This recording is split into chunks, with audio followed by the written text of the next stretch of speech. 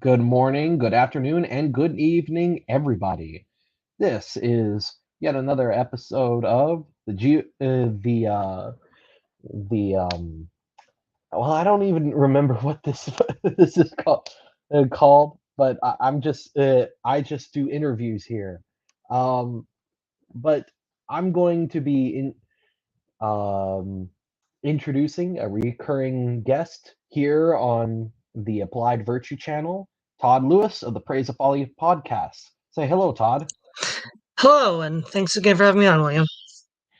So, Todd, what have you been doing recently? I heard you had this good stream with Morgoth uh, recently. Oh yeah, absolutely. Morgoth's Reviews is a really great guy, swell bloke. Um, we sort of talked about how modern technological society, and specifically its Anglo roots, is a major problem that we're dealing with in the Western world, and a level of analysis that you don't see much on the dissident right, which tends to be blinkered in other directions. I see. So, if you were to summarize that point in like a paragraph, how would you how would you summarize it? Right. So I would say two things. The first thing is everything, again, more or less before World War One was where humans had to live according to, for lack of a better word, the rhythms of nature. You had to take into account all sorts of things about the natural world, all sorts of things about people in order to get by in life. And then after World War One, we saw the rolling out of the machine age where you no longer have to take into account these things, or at least not to the same degree.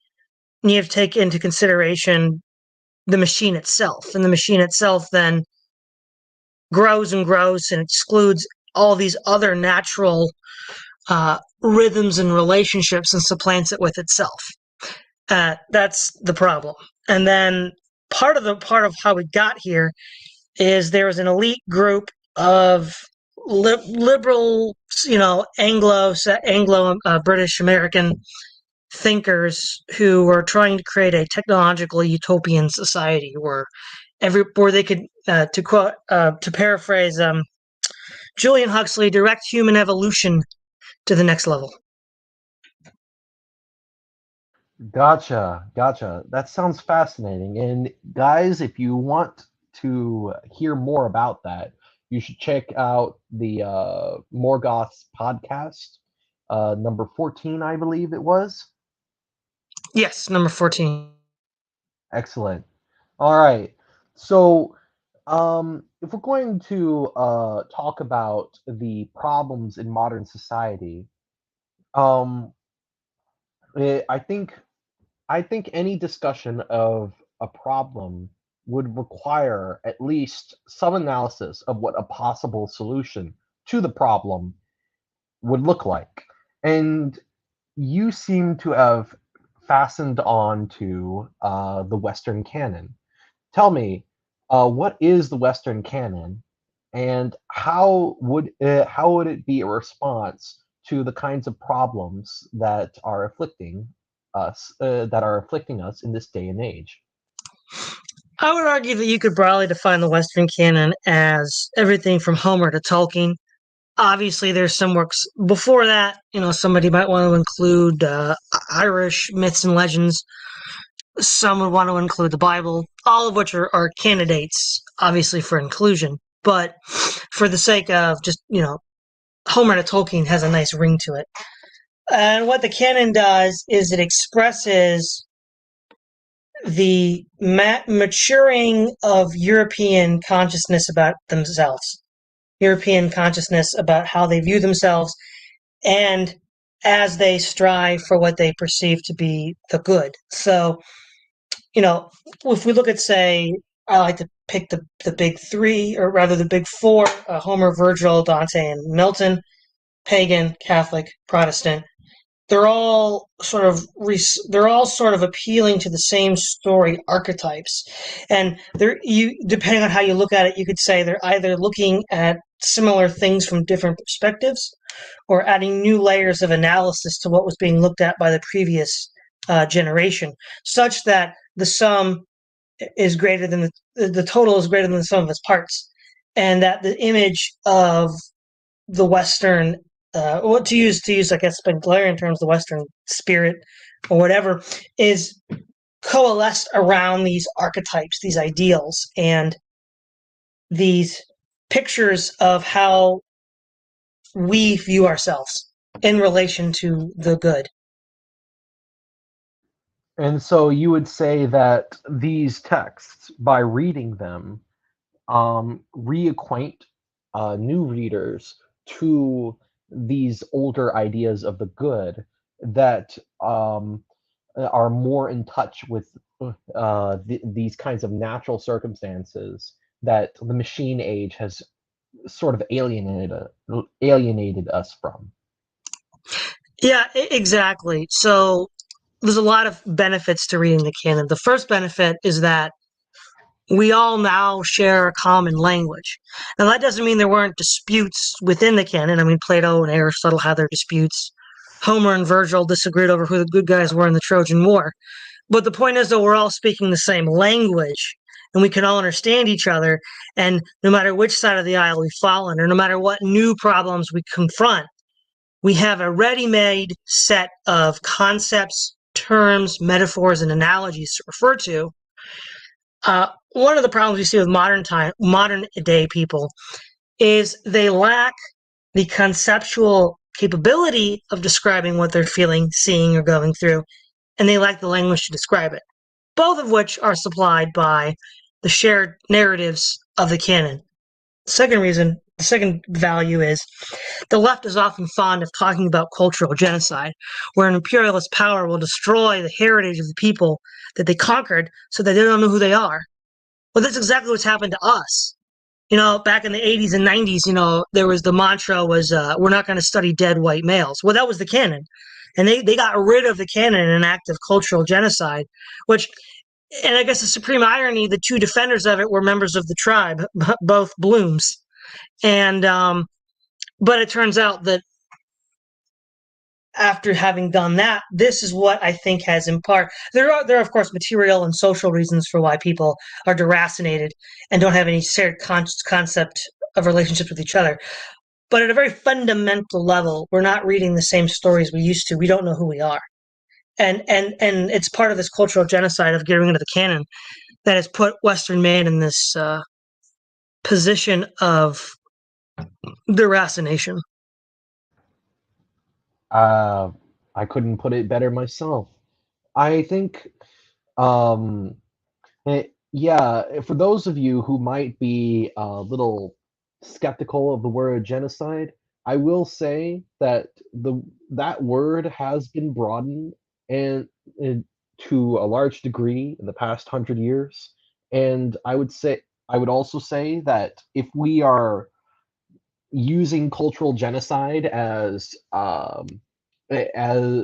defining it as a conscious effort to erase the heritage of a people, then the sort of hey ho Western civs got to go type of mentality that you see amongst the social justice left does count as a campaign of cultural genocide against the people of the European diaspora. And I mean, the latest iteration of this has actually been last year, last year on November 30th, a Dominican American educator and author named Lorena Germain wrote on Twitter, "Did y'all know that many of the classics were written before the 1950s? Think of US society before then and the values that shaped this nation afterwards. That is what is in those old books. That is why we have to switch. That is why we gotta switch it up. It ain't just about being old. Hashtag disrupt texts." And I think it's very clear that the side that she is partisan of um, is very resentful towards the America that came before, and she wants to defend this kind of new idea of America that's totally deracinated. Social justice is all about social justice, and it is opposed to what the ordinary person has for centuries thought of as being true, good, and beautiful. Yeah, I mean, this is just barbarians. I mean, these are the equivalent of the barbarians who brought down the Western Roman Empire, the Vandals, the Visigoths, and then the Vikings in the ninth and 10th centuries. These people don't stand for anything. They're just a purely destructive force. They're what Lenin called useful idiots. Um, what the service that okay, what purpose they serve is, as Spengler pointed out, the far left and the capitalists always work in tandem to destroy tradition. So they are these far left psychopaths destroying traditional elements that get in the way of the corporate elites. This is also something E. Michael Jones talks about. This is something that's quite, I think, quite common amongst dissident right thinkers. Even the postmodernist Baudrillard admits this. He admits that the true purpose of the Vietnam War was to destroy traditional Vietnamese culture. And there's this like tag team between the capitalist class and the socialists, and they're just there to destroy uh, traditional values. Now, the left, it's a kind of atavistic hatred, kind of like just you know a man so consumed by hate that he just beats his opponent into a pulp and there's nothing left, and there's no reason for it. It's just this atavistic hatred, whereas the capitalist class just wants to profit. And of course, if all these traditional values are in the way, then you it gets in the way of profiting from all these other things. Right, right. Now, I will say that this also provides an opportunity in a lot of ways. Because if the left is going to claim that the Western canon is racist, sexist, homophobic, bigoted, and far right reactionary, then doesn't that reflect that says more about how good that doesn't make the Western canon look bad. That makes the far right reactionary racist types look good. And what you find within the dissident right is a lot of people um, sort of noticing this and capitalizing on it. And I'd like to highlight Imperium Press. Now, I might have some very strong disagreements with the politics and religion of Imperium Press. They are ethno nationalists, and a lot of them are like these pagan types, these kinds of neo pagan types who they're willing to publish Christian authors, but they we've gotten into a lot of discussions about theology, let's just say. Um, but they do some very good work in publishing the canon, and they know and they have the same and they make a lot of the same points that you do, Todd, about how this is the soul of European man, and this is something that our ancestors have passed down generation after generation, and we can't just and to allow our enemies to have this would be a travesty. Oh, exactly. I remember back when there was a debate between the distributist Catholics and the libertarian Catholics, Christopher Ferreira versus Tom Woods. One of the things Christopher Ferreira said was, "We're led by soulless republics." Well, and you could argue that we have a soulless society, and that's partly because the soul, the canon, was ripped out, and that's why the body is and the body politic is so confused. We don't have the shared sense of identity, the shared sense of language and ability to communicate. And yeah, I mean, as Keith Preston, my friend, has often said, some of the stuff the left does is, are they trying to bait, a far right reaction? Are they trying to look as clownish and absurd as possible? you wonder sometimes. You do really wonder. And but when you look at the one of the key critiques the left has is of modern capitalism or modern societies, the exploitation of women or the idea of profits and winning at any cost and blah blah blah blah blah. Well, you only have yourself to blame for that. Does anybody honestly think that if you grew up following the advice of Socrates in the Apology, or Aristotle's Nicomachean Ethics, or Christ, or Kant's categorical imperative, that this would be the moral conscience of America? Of course it wouldn't, if those were the texts we were reading. Right, right. On the other hand, some leftists might say, well, these people during the 1950s, they were reading these texts, and look, they were all a bunch of capitalists exploiting the poor. Well, I mean, basically from 1933 to probably Ronald Reagan, there was the sort of New Deal consensus. So you could argue, at least at that time, that there was a softer form of capitalism in play. But ultimately, I think this gets into a kind of misidentifying the problem.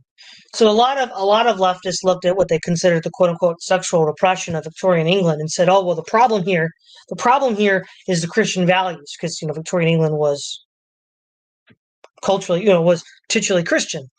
But the problem is, as we see with the transgender movement and all of these strange things coming out of, the dark web of left wing sex ed, there seems to be equal amounts of repression going on now, even to a greater degree, because the outbreaks of bizarre sexual fetishes are far, far worse than anything we saw in Victorian England. So, really, the only thing we have in common now with Victorian England is the machine, not any sort of historically contingent religious or philosophical values. The machine is what is is so you would say that the machine is what's causing a lot of the social ills that the left points to, um, and and but the left basically would, I think the left would say, okay, but wouldn't the Western canon, isn't that part of the machine? Well, that's what some would say, and that's probably their so-called argument. But if you look at like the ethics, usually utilitarianism, that sort of undergird the rise of the technological society, the ethics of the French revolutionaries, the ethics of English utilitarianism. I mean, that's all very much a stark break with Plato's ethics, Aristotle's ethics, Christ's ethics, Thomistic ethics, and Puritan ethics. I mean, there's nothing in common between those. I mean, even Kantian deontological ethics. I mean, it's the utilitarian ethics or pragmatic ethics that gave rise to this, and they're basically defined in contradistinction to the traditional moral values of the Western civilization. I see. And what kind of, can you give an example of the kind of moral lesson that could be found within um, some of the works of the Western canon that you would say goes against the sort of morality of the machine? No, oh, yeah, perfect example here. So, right, Rahm Emanuel, when Barack Obama was president, said, "Never let a good crisis go to waste." So, politicians are always angling either to exploit a crisis or to create a crisis to exploit, to then use that as an excuse to break with parliamentary or constitutional procedure to then push some sort of radical agenda. Well, in Plutarch's Life of Camillus is a Roman dictator during the Gallic sack of Rome by Brennus in 390 BC, and he is basically was exiled from Rome, and when Rome was attacked by this horde and this occupied with all but the citadel of the city, they then elected him as a dictator to then lead the armies to free Rome. But he didn't have full senatorial approval, and he was a stickler for constitutional procedure, and said he wouldn't take on the mantle of dictator and lead the Roman armies until he got full senatorial approval. So basically, spies had to sneak in and out of the city of Rome to give him that approval. Now, we see here that, even in an existential crisis, the Romans were not going to cut corners.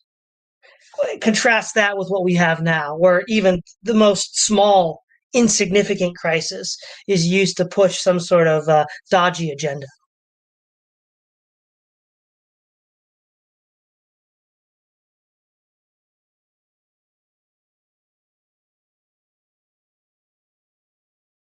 Sorry, I was muted. So that's a very good point. And do you see that message of avoiding cutting corners? Do you see that in other places in the canon too? Well, yeah, a lot of the kids in the Brothers Grimm story get in trouble because they try to cut corners. um, but now that they get in trouble, they actually sometimes die. But that was what kids used to read, not just in Germany, but even in the United States. I mean, that's where we get a lot of our classic Disney fairy tales from, which have been, of course, sanitized and watered down. But the idea is, you need to do the right thing, even when no one's watching, because somebody probably is watching, God, or maybe somebody you just didn't know was watching is watching. That's, or maybe you think you can keep on cutting corners, but eventually it's going to catch up with you. And all of these lessons just kind of compound to create this.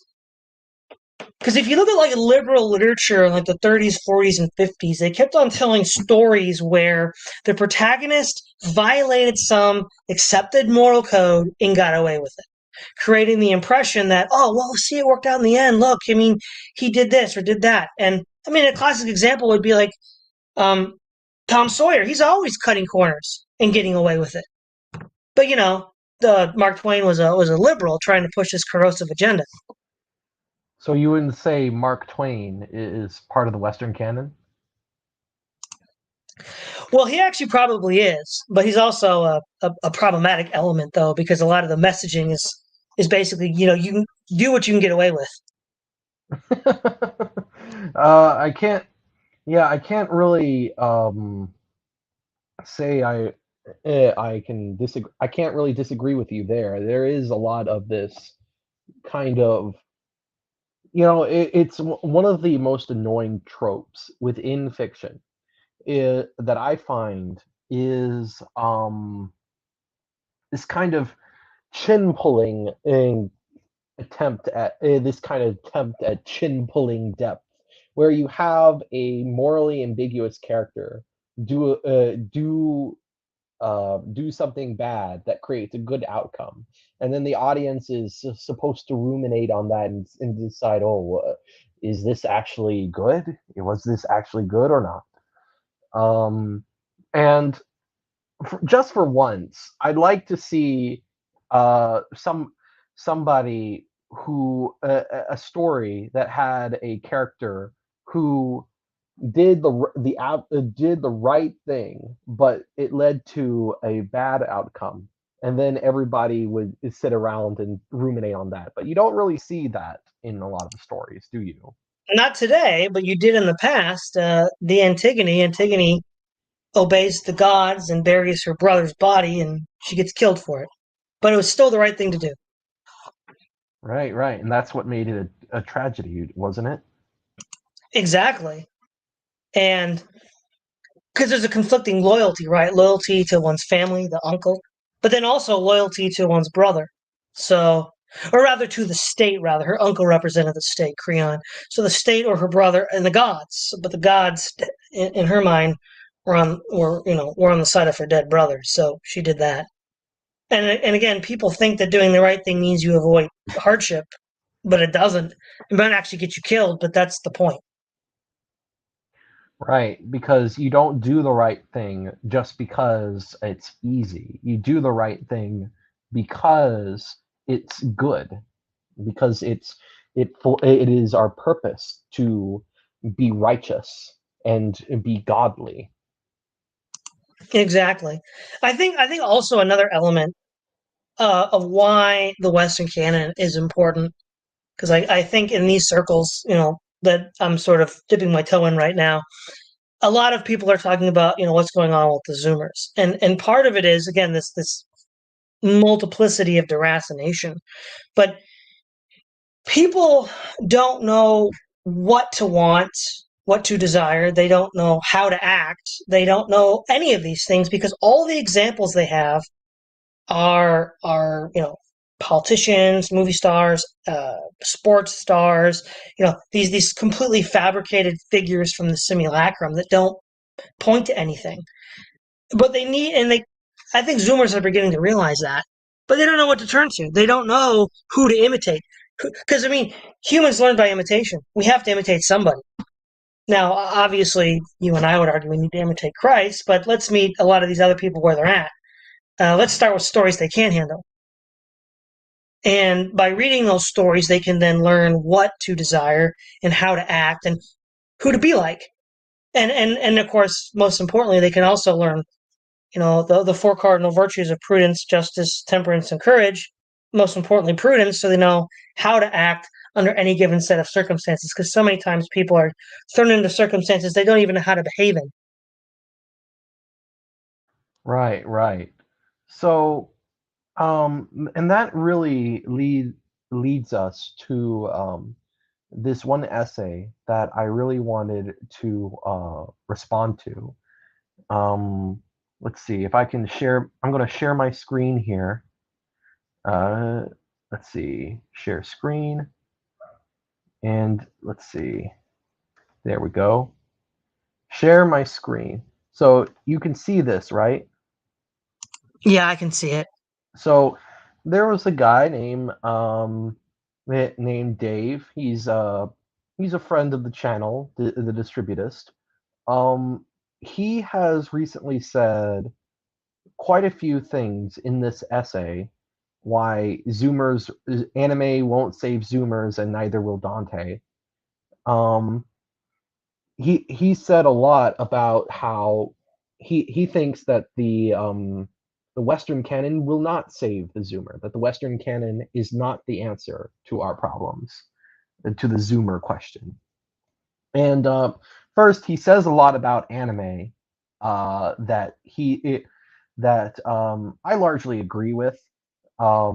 He's basically saying that just because anime has traditionalist aesthetics does not mean that the underlying message of anime is traditionalist. And so people are just going to, like those superficially trad elements while taking on those, while not taking on the moral aspects.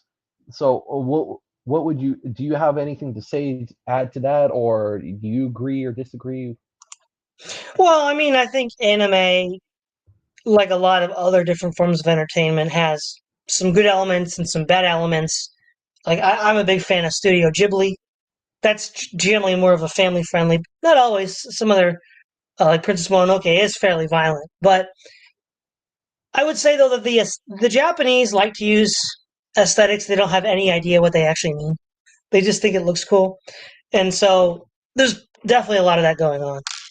Yeah, and I would argue that um, Japanese culture, if you have seen it, they are just as deracinated as um, uh, any other culture really in the modern West. I it, I mean, in some ways, they're even more deracinated than us, if that makes sense. I mean, in Japan there are talks about there's this corporate machine that grinds people down.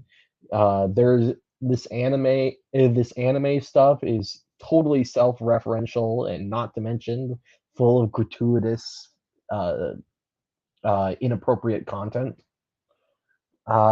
So yeah, I would argue that it's it's kind of uh, it's kind of bad, really. Yeah, I mean, there's large tracks of anime that are definitely problematic. Hmm.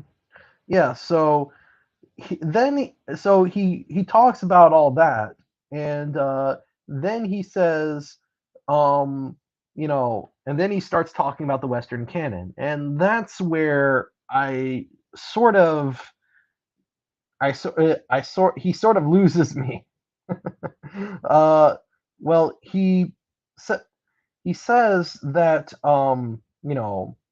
most of us are deeply connected to some degenerate element of a declining society, more so the young Zoomers still looking for alternatives to the modern world. Under these circumstances, the people who post traditionalist platitudes and return memes as panacea to the problem of modernity don't authentically advance a conversation about how to build a successful anti-progressive counterculture.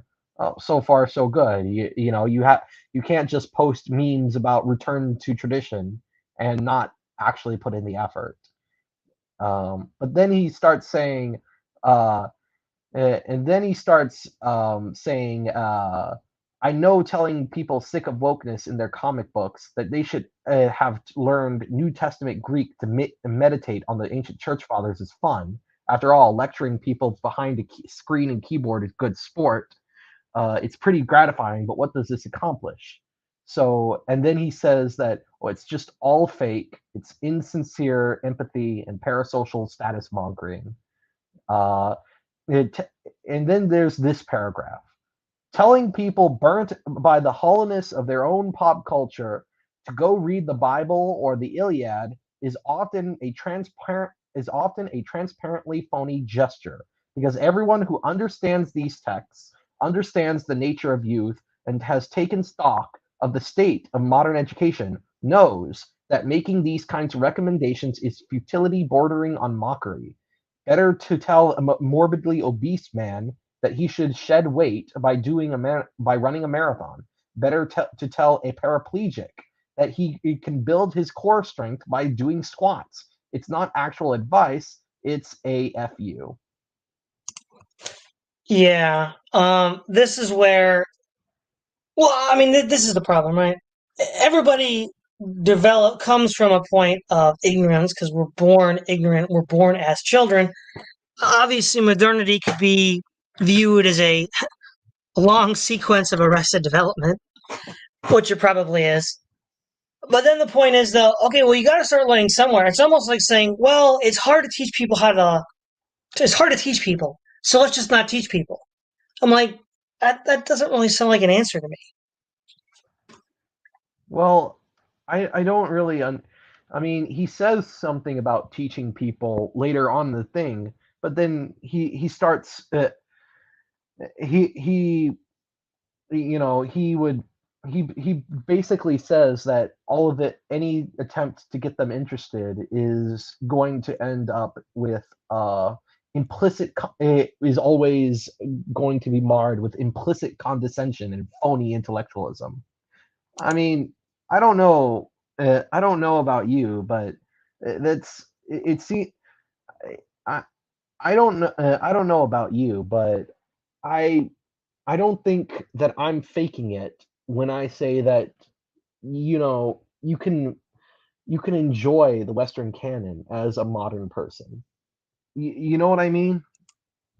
Well, yeah, I mean, what it sounds like is this is a guy that just doesn't appreciate the Western canon. I mean, if you're coming at this from a point of appreciation, a point of love, and then you want to share that with others, and you personally don't have that, then maybe you just don't feel it. I mean, if that's the case, uh, that's just you projecting on to the defender of the canon. I mean, if you read Bloom, I mean, he ties all of this into the idea of the higher eros, right? So in the closing of the American Mind, he quotes the Platonists who had the idea of the higher eros, which points to the beauty of the forms rather than the beauty of the opposite sex.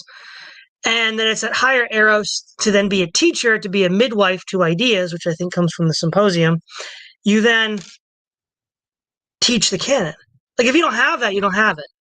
But if you don't have that, then maybe you just shouldn't be talking about it. Well, I mean, it's more than that. I mean, he's trying. Can't help but feel that this is just a caricature of someone who talks about the Western canon, like like he seems to be characterizing the position a lot the position our position as just, well, just throw the Bible or the Iliad at the face of a Zoomer and say, "Go read it," as if, but that's not what anybody does. Nobody does I that. nobody who's serious does that. I don't know who he's been talking to that who that has I mean he said I think he claims somewhere in there that it was boomers who do that.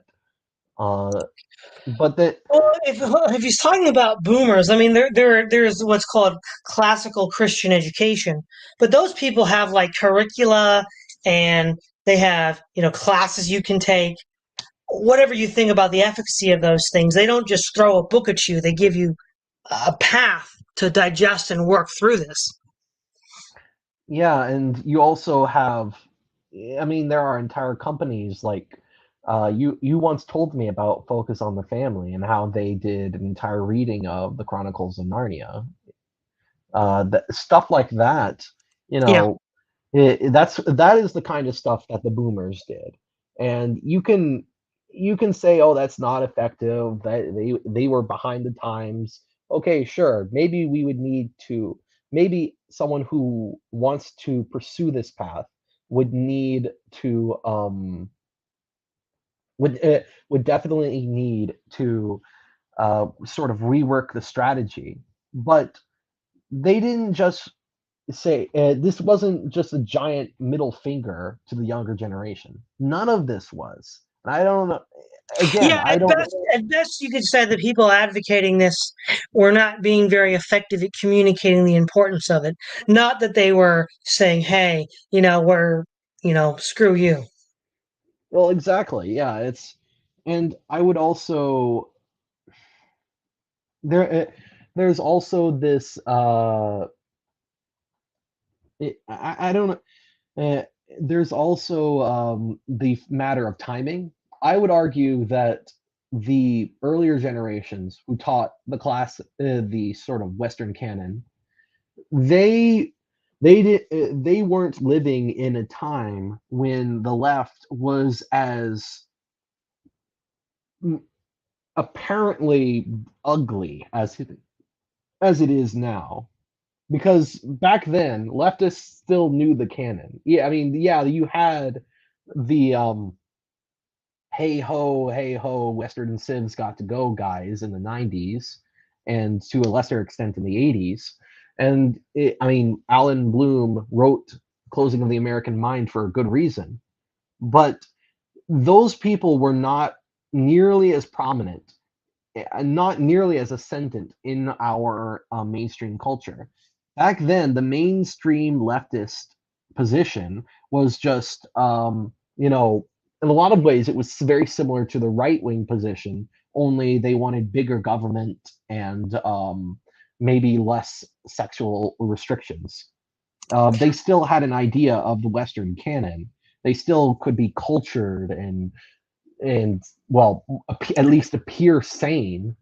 Yeah, like the Kennedys, they were team players. Well, exactly, yeah, and now the left is manifestly um, manifestly degenerate, and they are openly and proudly denouncing the heritage of the West. This is the time to monopolize on that, to capitalize on that, and monopolize the Western canon for a certain political side. I hate to bring him up, but I think there was this one guy, the rules for Saul Alinsky. Yeah, that was the guy. He once said that you had to politicize, if you could polarize something, you and freeze it, then you can make people choose sides. Now, granted, there are going to be people who, if we polarized the issue of the Western canon, they'll choose the left over the Western canon. But my question is, do we really want the kinds of people who would reject all that is true, good, and beautiful in favor of um, what's very obviously disgusting?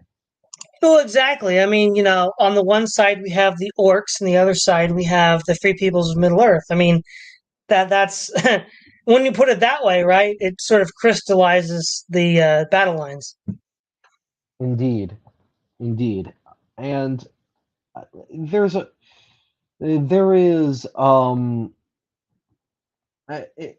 if I there is another line in here that is that is just I don't know. He argues that that other people are the other side is being the condescending ones, and then he writes something like uh, he sort of writes this retort response here, and he says, well-educated people from the 19th century read this stuff. Yes, in those days, modern electronic entertainment didn't exist. Virtually no one was overweight, and the education and political system was dedicated to centering classical philosophy and wisdom. It was a different time. Anyone making a similar journey in the modern world is doing something entirely different. They are not following the guidance of their teachers along a path trod by all their peers. They are undertaking a strange, deviant lifestyle, made all the harder by the fact that these texts are now even more removed from the world we now occupy. No amount of condescension is going to fix this. Well, I mean, I don't know. I mean, uh, I don't even know what to say to that, actually. Well, I mean, for starters, that is exactly the course that I took. But the point is, we read in the Bible that if the word, the reason why the feet of the missionaries are beautiful is because they preach the gospel of peace. And how can anyone hear the word if the word is not preached? Well, how can any lost Zoomer find the canon if somebody who hasn't already found it shows them where it is, and then how to? I mean, okay, maybe I could read it at 13 and start to make sense of it, but a lot of people can't, and so that's what people like me who've already made it are here for, to help them process and internalize as they make that journey.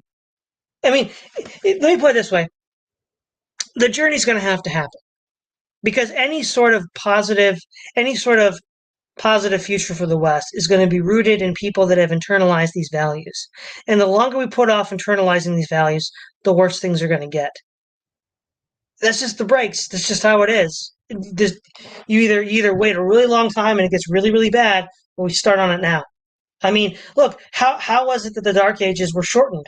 Right, the barbarians didn't really accept the canon, but the monks of the Catholic Church did, and they kept the canon around for for future generations, and so they were able to then use that to build something better than just the barbarian Viking wasteland that was going on at the time. I mean, you just have to do it. It's not like a suggestion.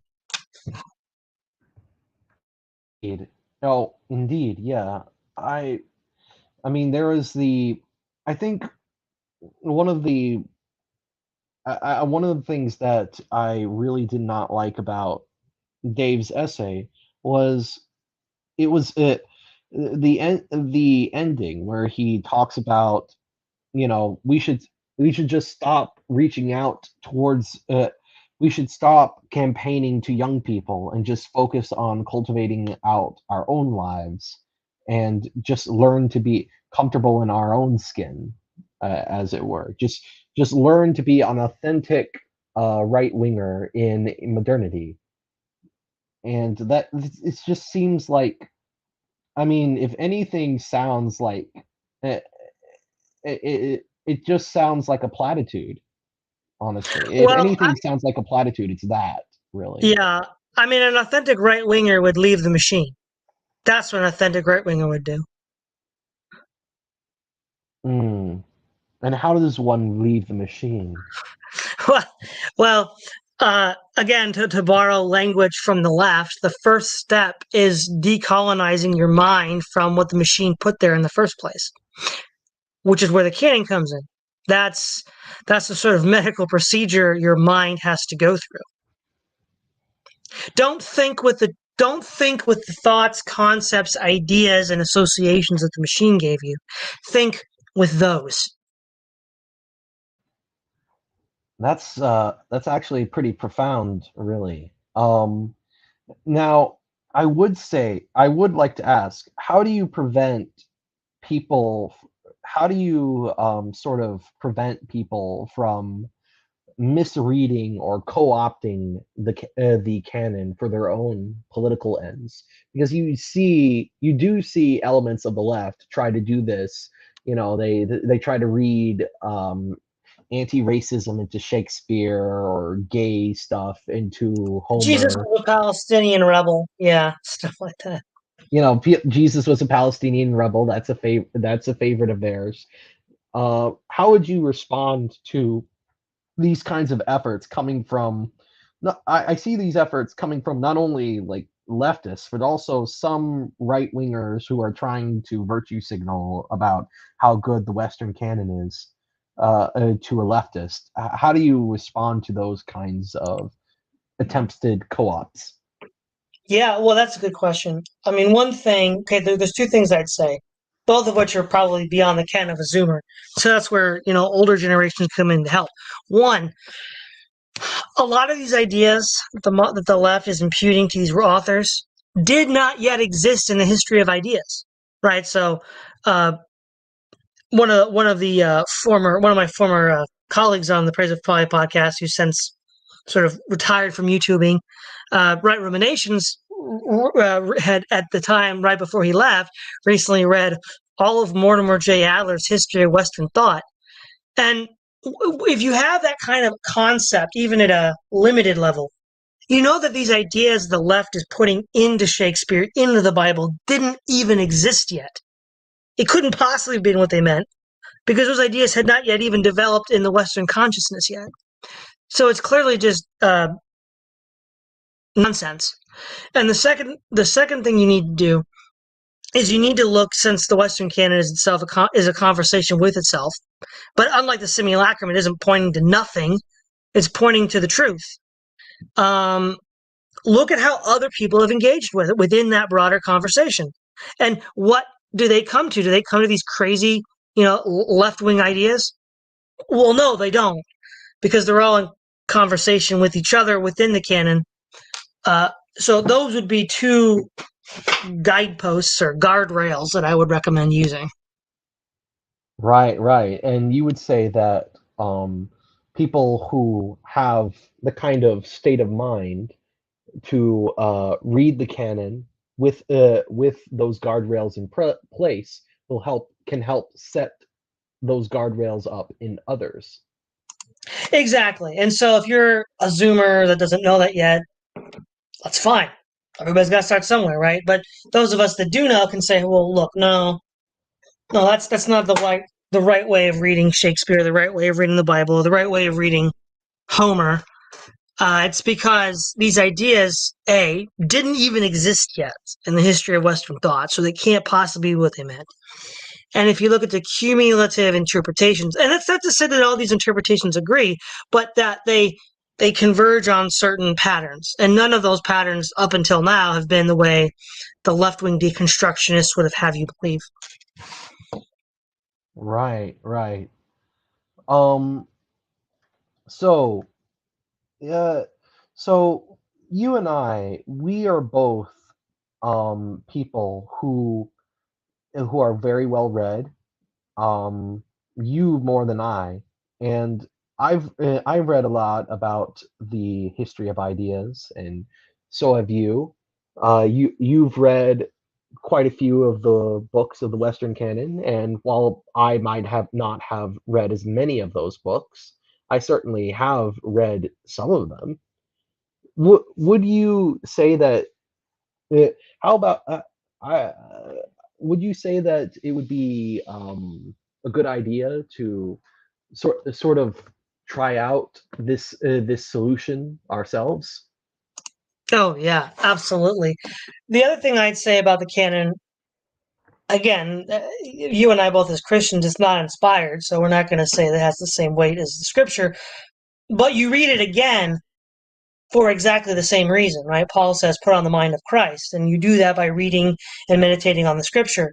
Well, if you want to, again, using sort of language that would be familiar to the dissident right, if you want to put on the mind or the spirit of the Western man, read the stories the Western man told, and read them again and again and again, so that you can put on that consciousness.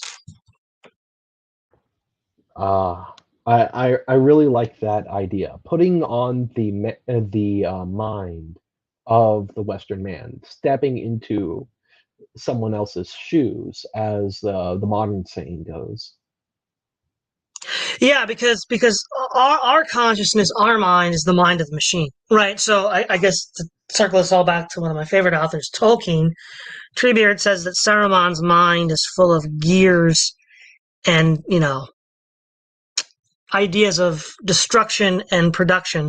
Right? He's got a machine mind. So like too many people are like Saruman. They have a machine mind, and that has to be replaced with the mind of the Western man, rooted in the sum total of thought that is contained in the canon. I couldn't say that better myself. Um, it, all right.